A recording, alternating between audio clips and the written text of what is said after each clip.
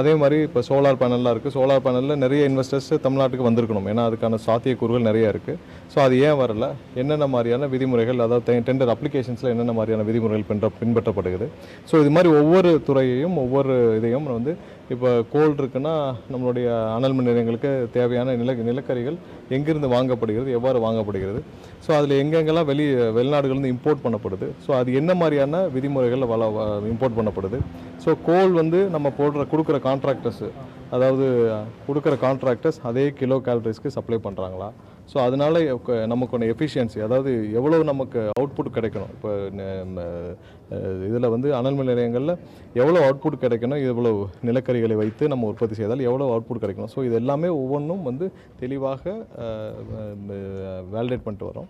So அதில் எங்கெங்கெல்லாம் சிறு சிறு தவறுகள் விதிமீறல்கள் கண்டுபிடிக்கப்பட்டதோ கண்டிப்பாக அதற்கான நடவடிக்கைகள் எடுக்கப்பட்டு வருது. ஸோ சோலார் பேனலில் விதிமுறைகள் கண்டுபிடிக்கப்பட்டு நடவடிக்கை எடுக்கப்பட்டுச்சு.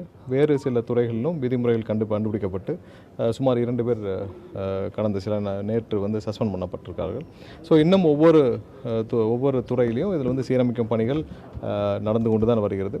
ஸோ வரும் காலங்களில் கண்டிப்பாக மிகப்பெரிய துறையான மின்சாரத்துறையை முழுவதுமாக சீரமைத்து கண்டிப்பாக இது முழுவதும் மக்கள் பயன்பாட்டிற்காக எந்தவித முறைகேடும் இல்லாமல், முதல்வர் சொன்னது போல் எந்தவித முறைகேடும் இல்லாமல், எந்தவித லஞ்ச லாவணியும் இல்லாமல் இந்த துறை மீண்டும் புத்துணர்வு பெறும்.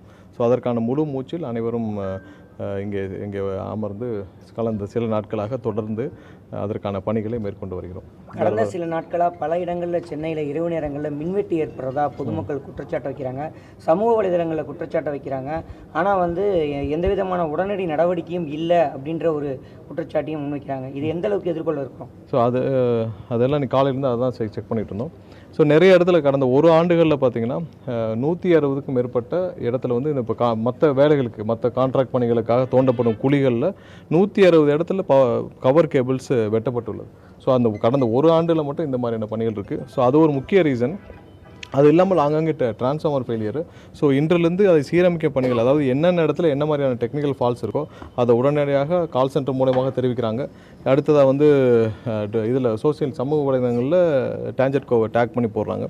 ஸோ இவர்களுக்கு சரியான பதில், அதாவது என்ன காரணங்களால் தடைப்படுது, இப்போ டெக்னிக்கல் ஃபால்ட்னா எவ்வளோ நேரம் ஆகும், ஸோ இதெல்லாம் சீரமைக்கும் பணிகள் இன்றிலிருந்து துவங்கப்பட்டிருக்கு. ஸோ இதற்கான பதில்கள், அதாவது மக்களுக்கு என்ன நடக்கிறது என்ற தெளிவுகள் கொடுக்கப்பட வேண்டும். ஸோ இதையெல்லாம் சீரமைக்கும் பணிகள் நடந்துட்டுருக்கு. இன்றைக்கி இருந்தே அதற்கான முன்னெடுப்புகள் எடுக்கப்பட்டுள்ளது. ஸோ இப்போ யாராவது கம்ப்ளைண்ட் கொடுக்குறாங்க, இதில் வந்து ட்விட்டர்லேயோ இல்லை சமூக வலைத்தில் டேக் பண்ணுறாங்க மின்சார வாரியத்தை, அது இல்லாமல் கால் சென்டரில் கொடுக்குறாங்கனாலும் அதையும் பப்ளிஷ் பண்ணணும்.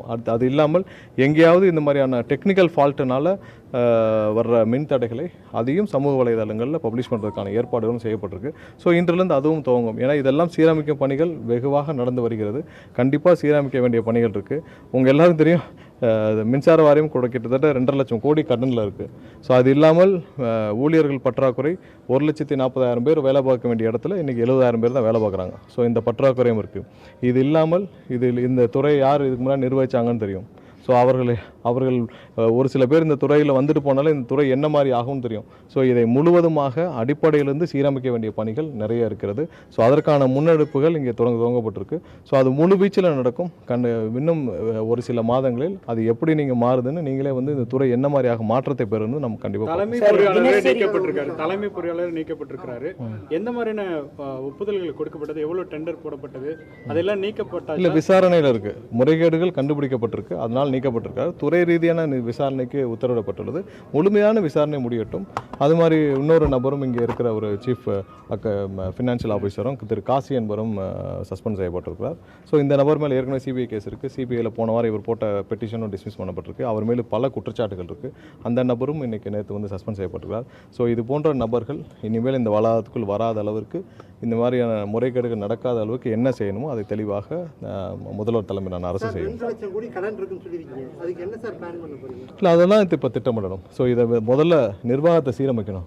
நிர்வாகத்தை சீரமைச்சிட்டு அதற்கப்புறம் வந்து தேவையான நடவடிக்கைகள் எடுக்கணும். முதல் நிர்வாகத்தை சீரமைச்சிட்டு இது தேவையான நடவடிக்கைகள் எடுத்து விட்டு தான் இப்போ நீங்கள் டெண்டர்லேயே டிரான்ஸ்ஃபார்மர் இதில் என்ன இஷ்யூ, 8 லட்ச ரூபா மதிப்புள்ள 500 kVA டிரான்ஸ்ஃபார்மரை 13 லட்ச ரூபாய்க்கு இவங்க வந்து டெண்டர் கால்ஃபர் பண்ணியிருக்காங்க. ஸோ அதிலே முறைகேடு இருக்கிறப்போ, அதிலே விதிமீறல் இருக்கிறப்போ, அதிலே தவறு இருக்கிறப்போ அங்கேருந்து சீரமைச்சா தான் எல்லாம் மாறும்.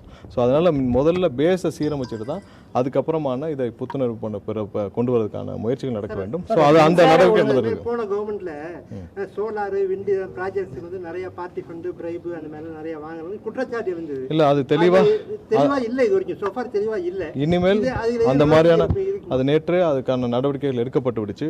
இனிமேல் அந்த மாதிரியான எந்த சூழ்நிலையும் இங்கே இருக்காது. யார் யாரெல்லாம் வெளியிலேருந்து சோலார் பேனலுக்கு இன்வெஸ்ட் பண்ண நினைக்கிறார்களோ அவருக்கு இப்போ ஒரு டிரான்ஸ்பரண்டான ஒரு சிஸ்டம் உருவாக்கப்படும். தெளிவான டிரான்ஸ்பரண்டான சிஸ்டம் உருவாக்கப்படும். யார் வந்து எங்கேயும் வந்து துண்டு சீட்லையோ இல்லை வேறு இதுலேயோ எழுதி கொடுத்தலாம் இங்கே வந்து எந்த அப்ரூவலும் வாங்க முடியாது. ஒரு தெளிவான சிஸ்டம் உருவாக்கப்படும். எங்கேயுமே வந்து மறைமுகமாக எந்த டீலும் இருக்காது. எல்லாம் தெளிவாக போர்ட்டலில் சீக்கிரம் லான்ச் பண்ணிடுவோம். அந்த போர்ட்டல் லான்ச் ஆன பிறகு அந்த போர்ட்டலில் யார் வேணாலும் அப்ளை பண்ணலாம். அதுக்கான எலிஜிபிலிட்டி, அதுக்கான க்ரைட்டீரியா அதெல்லாம் இருந்துச்சுன்னா ஓப்பனாக அப்ரூவ் பண்ணப்படும். எல்லாமே வந்து ஒரு போர்ட்டலில் வந்துடும். ஸோ